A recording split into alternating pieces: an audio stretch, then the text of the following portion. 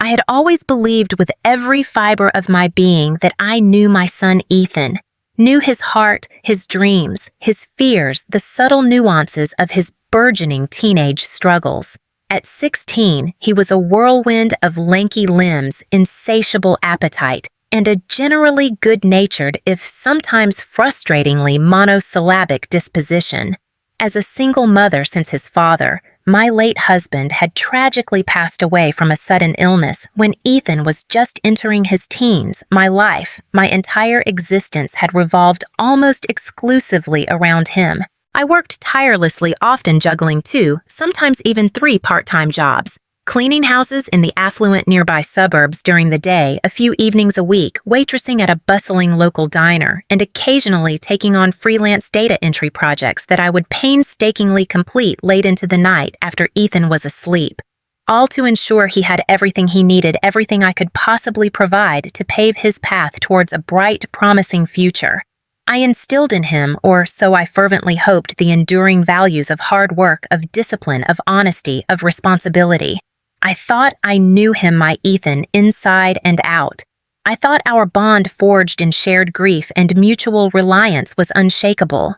I was, as it would soon be devastatingly revealed, profoundly, heartbreakingly mistaken. The first unsettling tremor in the carefully constructed edifice of my maternal certainty arrived not with a dramatic, earth-shattering bang, but with a series of small, almost imperceptible, yet deeply disquieting financial discrepancies. It began with a missing $20 bill from my wallet tucked away in my purse on the kitchen counter. I initially dismissed it as my own carelessness. Perhaps I'd used it for groceries and forgotten. But then a few days later, another $10 vanished from the emergency cash stash I kept hidden in a teacup in the back of the pantry. Then another 20. These were small amounts, yes, easily overlooked, easily rationalized away. But a pattern was beginning to emerge, a pattern that sent a cold, unwelcome prickle of unease snaking down my spine. Ethan was the only other person in our small apartment, the only one with unrestricted access. But Ethan, my Ethan, stealing from me. The thought was almost too monstrous, too anachronistic to his character to contemplate seriously. I pushed it aside, chiding myself for my suspicious mind. However, the misplaced money incidents continued with increasing frequency and with slightly larger, more noticeable sums. My carefully budgeted grocery money would be short. The small fund I kept for unexpected school expenses for Ethan, field trip fees, art supplies, would inexplicably dwindle faster than it should. I started to feel a gnawing anxiety, a sense of being violated in my own home. But still, I hesitated to confront him directly, to voice the ugly suspicion that was beginning to take root in my heart. The fear of accusing my own son of potentially damaging our already sometimes strained teenage-parent relationship was almost as great as the fear of what I might discover. The truth, when it finally brutally revealed itself, was not found in a dramatic confrontation, but in a moment of quiet, accidental, and utterly devastating discovery. It was a rainy Saturday afternoon. Ethan was out with friends, supposedly at a local community center basketball game. I was doing a much-needed deep clean of his perpetually chaotic bedroom, a task I usually undertook with a mixture of maternal exasperation and a certain archaeological curiosity. As I was gathering a pile of discarded clothes from under his bed, my hand brushed against something hard and rectangular tucked deep beneath his mattress. It was a small spiral-bound notebook, one I didn't recognize as being for school. Curiosity mingled with that persistent nagging unease got the better of me. I pulled it out. The notebook was filled not with history notes or algebra equations, but with a scrawled, almost indecipherable list of names I didn't recognize, alongside a series of cryptic numbers, dates, and what looked horrifyingly like IOUs. Mikey P., $50, O's by Fry. Slots at corner store, down 30. Online poker big win plus 30. Online poker big win plus 120, then lost it all, OIL. Need $75 for entry fee. City Hoops tournament. Huge potential payout. My blood ran cold. My hands began to tremble so violently that the notebook almost slipped from my grasp. gambling. My 16-year-old son, my quiet, studious or so, I had thought Ethan was gambling, and clearly from the desperate, escalating nature of the entries he was losing. Badly. And then on the very last page, a page that looked as though it had been written in a frantic, almost desperate haste, I found it. The final devastating, irrefutable proof of not just his gambling, but of his betrayal of my trust, of his theft from his own mother. A list meticulously, if somewhat shamefully itemized. Mom's purse, $20 mon. Kitchen emergency cash, $15 Tuesdays. School trip fund, $40 Thurs. Mom's wallet again, $50. Fry. Urgent, need to pay back Mikey P. The dates, the amounts, they all corresponded with a sickening, horrifying precision to the exact sums of money that had so mysteriously, so inexplicably vanished from my possession over the past few weeks. The discovery, the stark, undeniable evidence of his deceit, his theft, his secret destructive habit shook me to my very core. It felt as if the floor had dropped out from beneath me, as if my entire world, everything I thought I knew, everything I had worked so tirelessly to build had imploded in an instant. I sank onto the edge of his unmade bed, the damning notebook clutched in my hand, a wave of profound, almost incapacitating emotions washing over me. Shock, certainly. Disbelief, absolutely. But also a searing, gut-wrenching pain, a sense of betrayal so deep, so personal, it felt like a physical wound. My son. My Ethan. The boy I had raised, the child I had loved with every fiber of my being, the one I had sacrificed so much for, was not just making poor choices. He was actively, deliberately stealing from me his own mother to fund a dangerous, destructive addiction. And what hurt almost as much as the theft itself, as the gambling, was the secrecy, the lies, the calculated deception. He had looked me in the eye day after day and lied. He had violated the sacred trust that had always been the very bedrock of our relationship. The foundation of our small, fragile family felt as though it had just been dynamited. The hours that followed my devastating discovery in Ethan's bedroom were a blur of tormenting thoughts and raw, unprocessed emotion. I remember mechanically going through the motions of finishing his room, folding his clothes, making his bed all the while.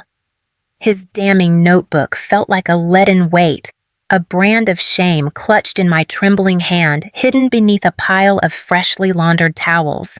My mind was a chaotic battlefield replaying every recent interaction with Ethan, every request for money, every vague excuse, every averted gaze, now all cast in a new, sinister, and heartbreakingly clear light. How could I have been so blind, so trusting, so utterly oblivious to the secret destructive life my son was leading right under my own roof? The self-recrimination was a relentless, merciless voice whispering accusations of my own maternal failure, my own inadequacy. I didn't confront Ethan immediately when he sauntered in later that afternoon, his usual air of casual, almost indifferent teenage cool firmly in place, offering a perfunctory, "Hey, Mom," before disappearing into his now tidy room, presumably to immerse himself in the digital glow of his laptop. I couldn't. The words, the accusations, the sheer overwhelming weight of my discovery felt lodged in my throat like a jagged shard of glass. I needed time. Time to process, time to think, time to somehow miraculously regain some semblance of composure before I faced him, before I unleashed the storm of my own pain, my own anger, my own profound, almost unbearable disappointment.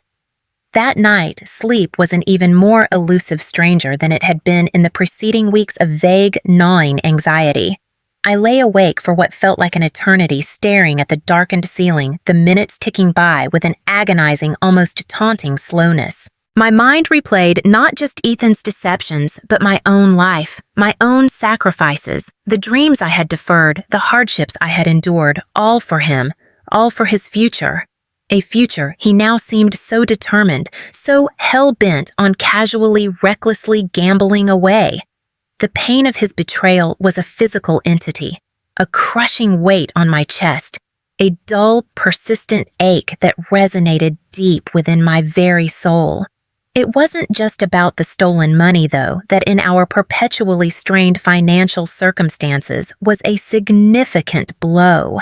It was about the shattered trust, the broken bond, the terrifying realization that my son, my precious Ethan, was teetering on the precipice of a very dark, very dangerous, and potentially life-ruining path.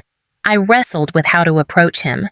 Part of me, the raw, wounded, angry part, wanted to scream to rage, to unleash the full force of my maternal fury and disappointment upon him. But another quieter, more rational voice, the voice of a mother who still, despite everything, loved her son with fierce, unyielding intensity, cautioned restraint. Anger, I knew, however justified, would likely only make him more defensive, more withdrawn, more resistant to hearing the truth, to acknowledging the gravity of his actions. No, if I wanted to reach him, to truly help him, I needed a different approach. I needed to be calm, firm, but also somehow to convey not just my disappointment, but my unwavering, unconditional love, my desperate desire to pull him back from the brink. The confrontation, when it finally, inevitably occurred the following morning, a gray, drizzly Sunday that perfectly mirrored the bleakness in my own heart, was one of the most difficult, most emotionally wrenching conversations of my entire life. I waited until after our strained, mostly silent breakfast, a breakfast Ethan picked at with a teenager's characteristic lack of appetite, his eyes as usual glued to the flickering screen of his smartphone. "Ethan," I began, my voice surprisingly steady, though my hands hidden beneath the kitchen table were trembling uncontrollably. "We need to talk. Seriously. About some money that's gone missing from my purse and from the emergency cash jar over the past few weeks." He didn't look up, his thumb continuing its relentless, almost compulsive scrolling. "Money missing?"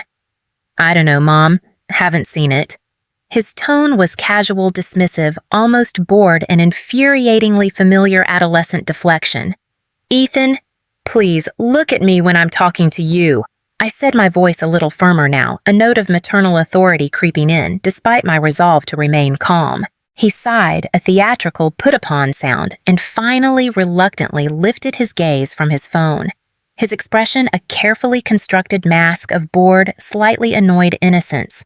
"What money, Mom? I told you I don't know anything about any missing money. Maybe you just misplaced it or spent it and forgot." The casualness of his lie, the ease with which he tried to dismiss my legitimate concern, to even subtly imply I was the one being forgetful, irresponsible, sent a fresh surge of anger, of profound disappointment coursing through me. But I held my composure. I had to. "No, Ethan, I didn't misplace it." I said, my voice quiet but unwavering.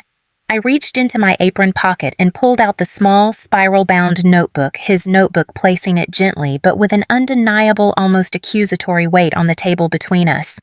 "I believe this might explain where the money has gone." I watched as his eyes flickered towards the notebook, his feigned nonchalance instantly evaporating, replaced by a look of dawning, horrified comprehension, then by a wave of something that looked alarmingly like pure, unadulterated panic. His face, moments before, so coolly, so arrogantly dismissive, now visibly paled, a faint sheen of sweat appearing on his brow. He stared at the notebook as if it were a venomous serpent poised to strike. "What? What is that, Mom?" he stammered, his voice suddenly small boyish, uncertain, his earlier bravado entirely gone. I've never seen that before." "Haven't you, Ethan?" I replied, my voice still quiet, but now imbued with a profound, almost sorrowful certainty. "Then perhaps you can explain to me why your handwriting detailing a series of rather significant gambling debts and a meticulously itemized list of cash taken from my purse and our emergency fund with dates and amounts that correspond exactly to the money I have discovered missing is filling nearly every page of this notebook, a notebook I found hidden beneath your mattress yesterday afternoon. The silence in our small kitchen was absolute thick, suffocating, broken only by the frantic, almost audible pounding of my own heart. and perhaps by the equally frantic, terrified thumping of his. He couldn't meet my gaze now. His eyes were fixed with a kind of horrified fascination on the incriminating notebook lying between us, a tangible, undeniable symbol of his deceit, his betrayal. He tried feebly at first to deny it, to bluster, to offer a string of increasingly implausible contradictory excuses. It's not what it looks like, Mom. It's just a game, a fantasy league with some guys from school. Those aren't real debts. And the money, I was just borrowing it. I was going to pay it all back, I swear. But his denials were weak. His voice lacking any genuine conviction, his eyes darting around the room like a trapped, frightened animal searching for an escape route where none existed. I simply sat there silent, my gaze unwavering, allowing the full weight of his lies, the undeniable truth of his actions to settle upon him to suffocate his increasingly desperate, pathetic attempts at evasion. And then, finally, inevitably, he broke. The carefully constructed facade of teenage bravado, of defiant denial crumbled, collapsing into a heap of raw, unconsolable adolescent despair. He buried his face in his hands, his shoulders, those broad, still boyish shoulders I had so often comforted, so often protected, began to shake with deep, shuddering, heartfelt sobs, the sobs of a child who knows with a devastating, irrevocable certainty that he has been caught, that his secret, shameful world has been brutally, unceremoniously exposed. I'm sorry, Mom. He choked out his voice, muffled, broken, almost unrecognizable through his tears.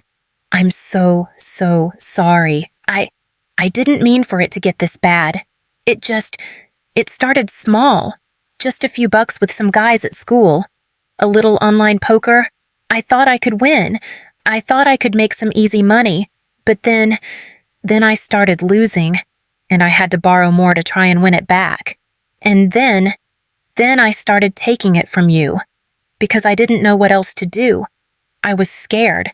I didn't want you to find out. I'm so ashamed, Mom. So ashamed. He looked up at me, then his young face streaked with tears. His eyes, those beautiful hazel eyes that had once not so long ago looked at me with such open, innocent adoration, now filled with an expression of such profound, gut-wrenching remorse, such palpable self-loathing despair that it almost broke my already fractured heart anew. This was not a hardened criminal, not a malicious, unfeeling sociopath. This was my son. My lost, confused, and clearly deeply troubled son, a boy who had stumbled badly onto a very dangerous, very destructive path, a path paved with the false allure of easy money and the insidious, addictive thrill of the gamble. The reasons he offered for his descent into this secret world of gambling, when he was finally able to articulate them through his sobs, were a depressingly familiar, if no less heartbreaking litany of teenage insecurities and misguided aspirations. Peer pressure, certainly. Some of his newer, cooler friends at school were apparently heavily involved in online sports betting and local under-the-table poker games. A desire for quick, easy money, a way to afford the expensive sneakers, the latest gadgets, the concert tickets that so many of his more affluent classmates seemed to possess so effortlessly, a stark daily reminder of our own, more modest financial circumstances. A yearning, perhaps, to prove himself, to feel a sense of power, of control, of excitement, in a world that often felt to a restless, ambitious 16-year-old, frustratingly mundane, overly restrictive.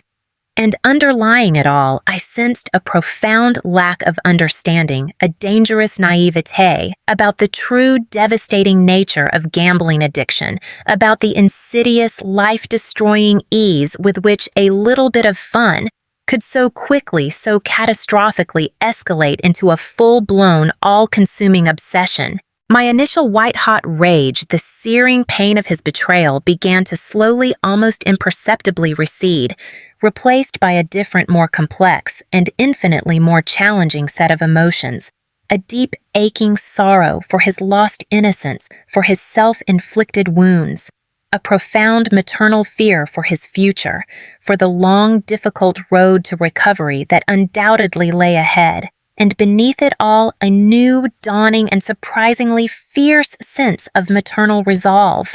He had made a terrible, devastating mistake. He had hurt me, betrayed my trust, and potentially jeopardized his own future in ways he couldn't yet fully comprehend. But he was still my son, and I, his mother, could not simply abandon him to the wolves of his own making. However, I also knew with an unshakable certainty that this was not a moment for coddling, for easy forgiveness, for a simple, tearful reconciliation that would merely gloss over the profound gravity of his actions, the deep-seated nature of the problem we now faced. No. If Ethan was to truly learn from this devastating experience, if he was to have any hope of breaking free from the insidious addictive grip of gambling, if he was to have any chance of rebuilding his life, of reclaiming his future, then he needed more than just my forgiveness. He needed a lesson, a hard lesson, a lesson that would resonate deep within his soul, a lesson that would fundamentally, irrevocably alter his perception of money, of responsibility, of the true, often brutal consequences of his choices. And so, in that moment of shared, tearful despair, as I held my sobbing, broken son in my arms, a new, audacious, and perhaps somewhat unorthodox plan began to form in my mind. A plan born not of anger or a desire for retribution, but of a deep, desperate, and unwavering maternal love. A plan that would, I hoped, not just punish his transgression, but ultimately fundamentally educate him, empower him, and perhaps, just perhaps, save him from himself. The path ahead would be difficult for both of us. It would require immense strength, unwavering consistency, and a willingness to embrace a form of tough love that went against every fiber of my nurturing, protective maternal instincts. But I knew with a certainty that was as profound as it was terrifying that it was the only way to truly help my son find his way back from the brink. My decision, forged in the crucible of that tearful, heartbreaking Sunday morning confession, was not to immediately resort to conventional and, in Ethan's case, I suspected largely ineffective forms of adolescent punishment. Grounding him indefinitely, confiscating his phone and laptop, or delivering a series of stern, moralizing lectures about the evils of gambling and the sanctity of trust, while perhaps offering me a fleeting cathartic sense of maternal authority, what I intuitively knew do little to address the deeper, more insidious roots of his burgeoning addiction, his distorted perception of money, his profound lack of understanding regarding the real-world consequences of his reckless actions. No, Ethan needed more than just punishment. He needed a fundamental experiential re-education. He needed to feel in a tangible, personal, and deeply uncomfortable way the true cost of his choices, the true value of a dollar earned through honest labor, and the often unseen sacrifices that had underpinned his previously comfortable, taken-for-granted existence. And so, later that same Sunday, after the emotional storm had somewhat subsided, after Ethan had cried himself into a state of exhausted, red-eyed, and genuinely remorseful quiescence, I calmly and with an unwavering, almost unnerving firmness that surprised even myself laid out the terms of his rehabilitation, his real-world education, as I preferred to call it. Ethan. I began, my voice quiet but devoid of any lingering anger. Any hint of accusatory condemnation replaced instead by a tone of serious, almost clinical resolve. Your actions have had profound consequences. Not just financially, though that is certainly a significant part of it, but more importantly, on the trust that has always been the foundation of our relationship. That trust, Ethan, is now broken, and it will take a great deal of time and a great deal of consistent demonstrable effort on your part to even begin to repair it. His head, which had been bowed in shame, jerked up his eyes wide with a fresh wave of apprehension. Mom, I said I was sorry. I'll pay you back. I swear every penny I'll get a job. Yes, Ethan, you will get a job, I interjected smoothly, cutting off his desperate, rambling assurances. That is, in fact, the very first and non-negotiable component of your new curriculum. For the next month, starting tomorrow, there will be no allowance. None. Zero. Any money you require for your personal expenses. Your bus fare to school, your lunch money if you choose not to pack one from home, any social activities you wish to engage in with your friends, any data you need for your phone beyond the most basic plan I will continue to provide. You will earn. Entirely on your own. His jaw dropped. But, Mom, how am I supposed to do that? I have school and homework and soccer practice. You will find a way, Ethan, I replied, my gaze unwavering, just as I have always found a way for the past 16 years to provide for you despite my own demanding schedules, despite my own exhaustion.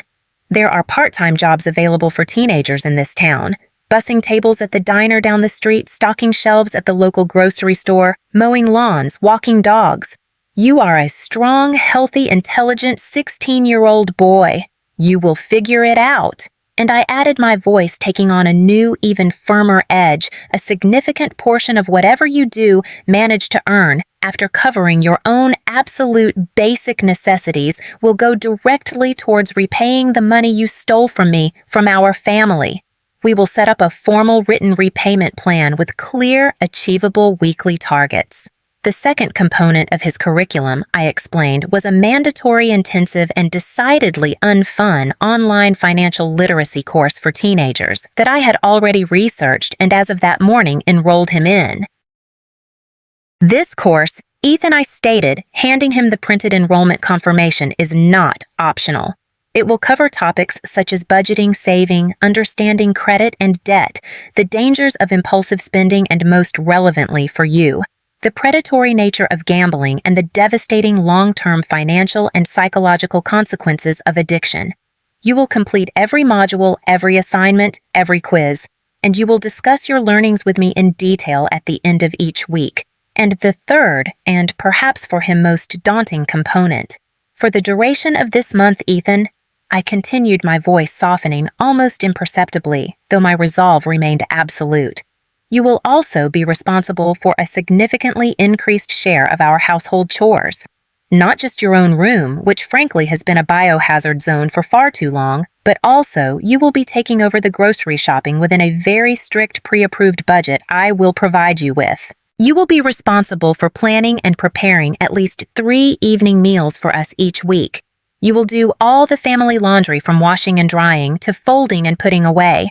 And you will be responsible for the thorough cleaning of both bathrooms every Saturday morning. These are not punishments, Ethan. These are life skills. These are contributions to the functioning of our shared household contributions I have perhaps foolishly largely shouldered alone for far too long. His initial reaction to this comprehensive and undeniably demanding new regime was, as I had fully anticipated, one of stunned disbelief, quickly followed by a surge of resentful, almost indignant protest. But Mom, that's totally unfair. It's like I'm being grounded for life. None of my friends have to do all this stuff. And a financial literacy course? Seriously, that's like for total nerds. Perhaps Ethan, I replied, my voice calm, unyielding. If your friends had also stolen significant sums of money from their parents to fund a secret gambling habit, their parents might also be considering a similar educational intervention.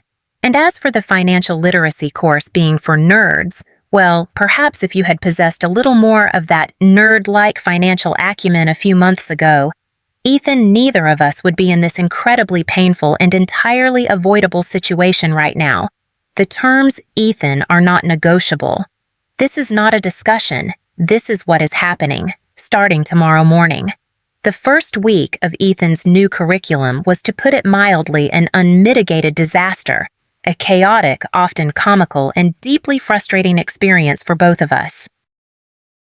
His attempts at finding a part-time job were initially half-hearted, met with a string of rejections that only seemed to fuel his resentment, and his claims that no one wants to hire a 16-year-old with no experience.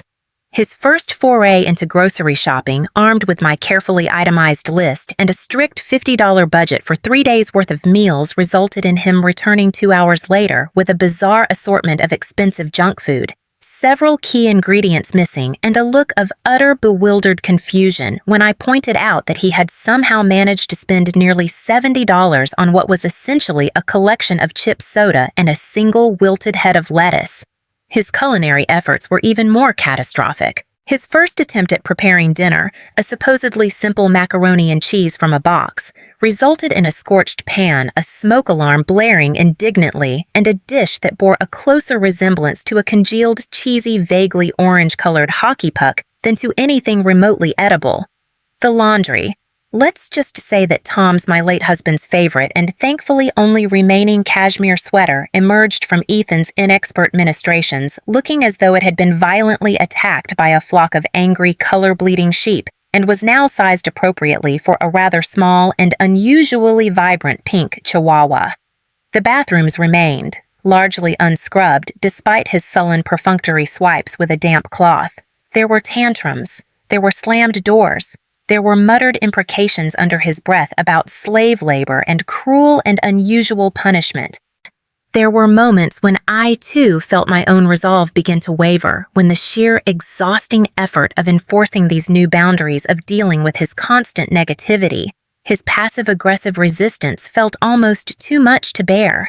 It would have been so much easier, so much less emotionally draining to simply give in, to revert to our old familiar if ultimately dysfunctional patterns. But then I would remember the look on his face when I had found that damning notebook. I would remember the cold, sickening dread that had consumed me at the realization of his secret life, his stolen money, his jeopardized future. And my resolve would harden anew. This was not about making my life easier in the short term. This was about saving my son's life in the long term.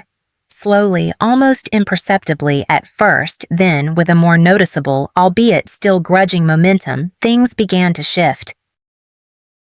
Ethan faced with the undeniable, unyielding reality of his new circumstances. An empty wallet, a growling stomach, a distinct lack of clean socks. Eventually, reluctantly secured a part-time job bussing tables and washing dishes at the very same bustling local diner where I worked my evening shifts. The irony was not lost on either of us. His first few paychecks, small, hard-earned, and significantly diminished by his immediate repayment obligations to me, were a stark, sobering lesson in the true, often brutal value of a dollar earned through honest, unglamorous labor. The online financial literacy course, which he initially approached with a dismissive, eye-rolling disdain, began much to his own surprise and certainly to mine to actually engage him. The modules on budgeting, on the deceptive allure of get-rich-quick schemes, on the devastating long-term consequences of debt and addiction, illustrated with real-life case studies and interactive simulations, seemed to resonate with him in a way my own previous well-intentioned lectures never had. He started asking thoughtful, surprisingly insightful questions during our mandated weekly discussions, his brow furrowed with a new almost academic concentration. And then there was the meeting I had secretly, and with considerable trepidation, arranged for him. I had reached out through a discreet mutual acquaintance to a man named Mr. Peterson. Again, no relation to any other Petersons in these narratives, merely a common and in this case rather poignant surname, Mr. Peterson was a respected local businessman, a man in his late 50s who I knew from hushed community whispers and a few bravely shared confidential accounts battled and thankfully overcome a severe, life-altering gambling addiction in his younger years, an addiction that had cost him his first marriage, his successful family business, and nearly his own life. He had, after years of recovery and rebuilding, become a quiet, unassuming advocate for responsible gambling awareness, occasionally sharing his own harrowing cautionary tale with small select groups. I had asked Mr. Peterson if he would be willing to speak with Ethan not as a lecturer, not as a judge, but simply as one human being who had walked a very dark, very dangerous path, sharing his own unvarnished personal experience. He had, after a thoughtful pause, graciously and with a profound, palpable empathy, agreed. The meeting, which I presented to Ethan as a casual, informal chat with an old family friend who has some interesting life experiences to share, took place one quiet Sunday afternoon in Mr. Peterson's own comfortable book-lined study. I stayed for the first few minutes, then discreetly excused myself, leaving them alone. I don't know exactly what Mr. Peterson said to Ethan during those 2 hours they spent together. He never shared the specifics, and I never asked.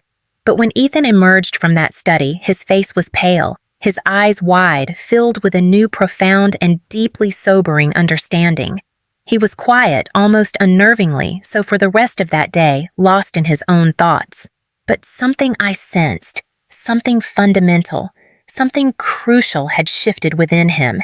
He had perhaps for the very first time truly viscerally confronted the potential devastating endgame of the dangerous path he had so carelessly, so naively embarked upon.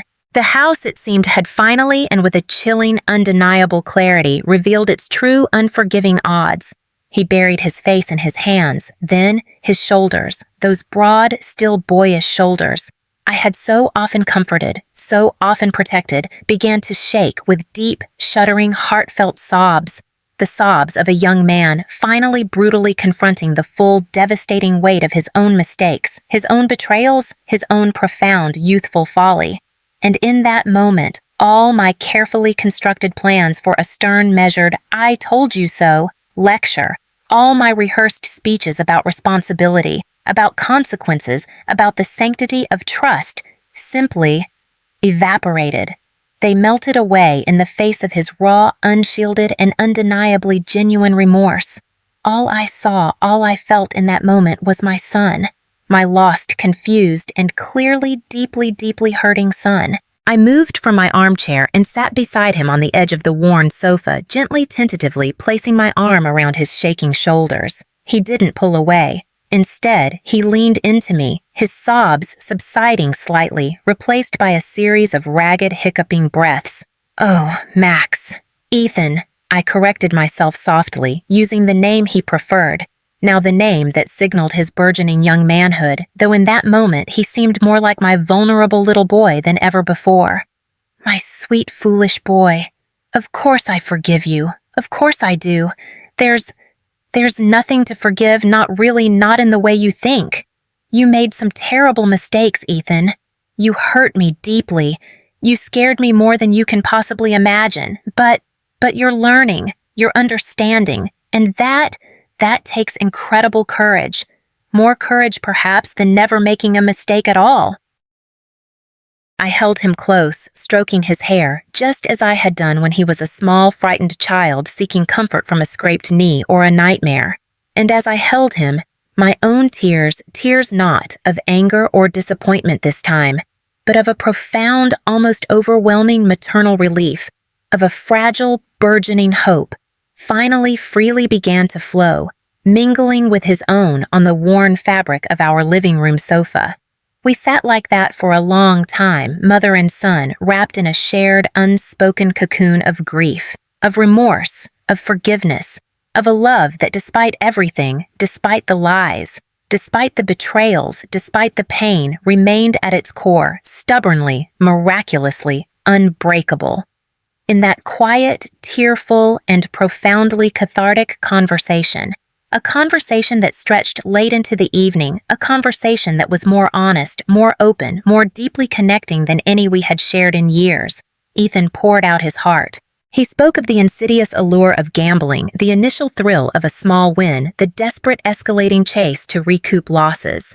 He talked about the intense peer pressure from his new, cooler group of friends, his fear of being seen as an outsider, as uncool, if he didn't participate in their risky, illicit activities.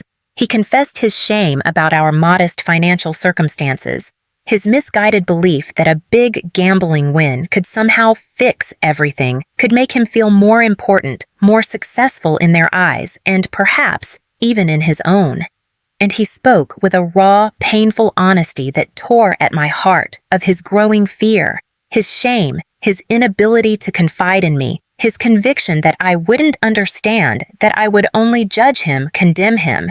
And I in turn listened, truly listened, without judgment, without interruption, without offering easy platitudes or premature solutions. I simply listened, allowing him the space, the safety to unburden his young, troubled soul. And as I listened, I began to understand, not to excuse, certainly not to condone, but to understand on a deeper, more compassionate level the complex web of adolescent insecurities, societal pressures, and youthful misjudgments that had led my son down this dangerous, destructive path. When he had finally exhaustedly said all he needed to say, when the tears had subsided, leaving behind a fragile, almost bruised sense of peace, he looked at me, his eyes, though still red-rimmed and swollen, now holding a new, clear, and unwavering resolve. "Mom," he said, his voice hoarse but firm, I want to change. I need to change. I don't want to be that person anymore. The person who lies, who steals, who hurts the people he loves most. I want to make you proud of me again, Mom. Truly proud." What? What do I need to do? And in that moment, looking at my son, at his tear-stained face, at the genuine, hard-won determination shining in his eyes, I knew with a certainty that filled my weary soul with a profound, almost sacred hope, that my unconventional curriculum, my month of reckoning, however painful, however unorthodox, however difficult it had been for both of us, had in fact worked. It had not just taught him a lesson. It had perhaps, just perhaps, saved him. Part 5. The Unbreakable Bond. A Future Reclaimed, a Mother's Enduring Love. The weeks and months that followed that pivotal, emotionally charged evening marked a profound and deeply heartening turning point in Ethan's life, and indeed in the life of our small, resilient family. The change in him was not, of course, instantaneous, not a magical overnight transformation from a troubled, gambling-addicted teenager into a paragon of youthful virtue. The path to true lasting change, I knew, would be long, arduous, and undoubtedly filled with its own unique set of challenges, potential setbacks, and ongoing temptations. But the foundation, the crucial fundamental shift in his awareness, in his understanding, in his genuine, heartfelt desire to be better, to do better, had undeniably, miraculously been laid. True to his tearful, heartfelt promise, Ethan, with a newfound, almost unnerving seriousness of purpose, began to actively, demonstrably change his ways. He immediately, and without any further prompting from me, cut off all contact with the so-called friends who had either directly or indirectly led him down the destructive path of gambling. He deleted the online poker apps from his phone, blocked the illicit betting websites from his laptop, and made a solemn, unprompted vow to me, and more importantly to himself, that he would never, ever place another bet, engage in another game of chance for as long as he lived. He threw himself into his part-time job at the diner with a new, almost ferocious dedication, often volunteering for extra shifts, meticulously saving every hard-earned dollar, and diligently, honorably adhering to the repayment plan we had established for the money he had stolen, never once complaining, never once asking for a reprieve. He continued without protest to attend the online financial literacy course, his engagement now genuine, his questions insightful, his understanding of the complex, often predatory nature of money debt and addiction deepening with each completed module. He also, to my quiet, immense pride, began to take his schoolwork seriously again. His grades, which had plummeted so alarmingly during his descent into gambling, slowly, painstakingly began to improve. He started spending more time on his homework, less time aimlessly scrolling on his phone, or lost in the isolating world of video games. He even tentatively at first, then, with a growing rediscovered enthusiasm, rejoined the school's debate club, an activity he had once excelled at but had abandoned during his dark period. He found new, healthier, and far more constructive outlets for his intelligence, his competitive spirit, his youthful energy. But perhaps the most significant, most deeply moving change was in his relationship with me, his mother. The sullen silences, the defensive deflections, the almost constant undercurrent of adolescent resentment that had characterized our interactions for so many painful months were gradually, blessedly replaced by a new, more mature, and far more authentic level of communication, of connection. He started talking to me again, truly talking, sharing his thoughts, his fears, his hopes for the future. He began to actively and with a genuine, touching sincerity express his gratitude for the small, everyday things I did for him. A home-cooked meal, a freshly laundered soccer uniform, a listening ear after a particularly challenging day at school or work. He started helping out more around our small apartment, unprompted, taking on chores with a new sense of responsibility, a new understanding of the shared effort required to maintain a home, a family.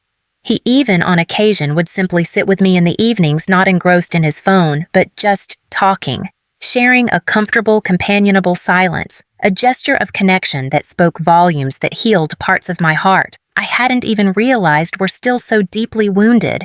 The journey was not without its occasional stumbles, its moments of temptation, its lingering shadows of past mistakes. There were days when I would see a flicker of the old restlessness in his eyes, a fleeting, wistful longing for the easy camaraderie, the illicit thrill of his former life. There were times when the pressures of school, of work, of simply being a teenager in a complex, often overwhelming world would threaten to overwhelm him, to pull him back towards the seductive, easy escape of his old, destructive habits. But now, instead of hiding, instead of lying, instead of retreating into a secret world of shame and deceit, he would come to me. He would talk.